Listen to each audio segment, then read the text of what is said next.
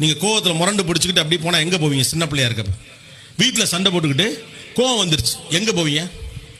அத்தை வீட்டுக்கு, மாமா வீட்டுக்கு, சித்தப்பா வீட்டுக்கு.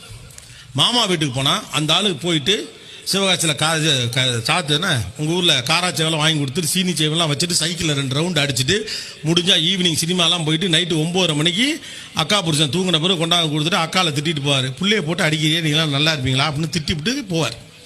அத்தையாக இருந்தால் அது அடுத்த விட பெரிய லெவல். வீட்டுக்கே நீங்கள் வர முடியாது. வீட்டிலே கரிசோராக்கி போட்டு எல்லாம் பண்ணி இந்த பிள்ளைய போட்டு அடிச்சு விட்டாங்களேன்னு சொல்லிட்டு நீங்கள் பிள்ளைய போய் கெஞ்சி தான் கூட்டியாரணும்.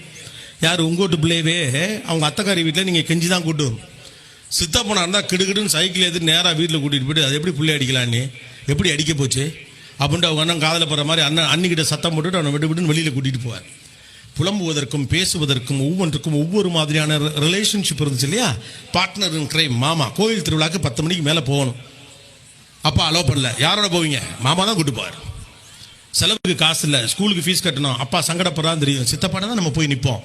இப்படி பிள்ளைகளுக்கு நிறைய மனிதர்கள் இருந்தார்கள். கடைசியில் இப்போ எல்லாத்தையும் சுருக்கி சுருக்கி சுருக்கி சுருக்கி அவனுக்கு நீங்கள் மட்டும் தான் இருக்கீங்க இல்லையா?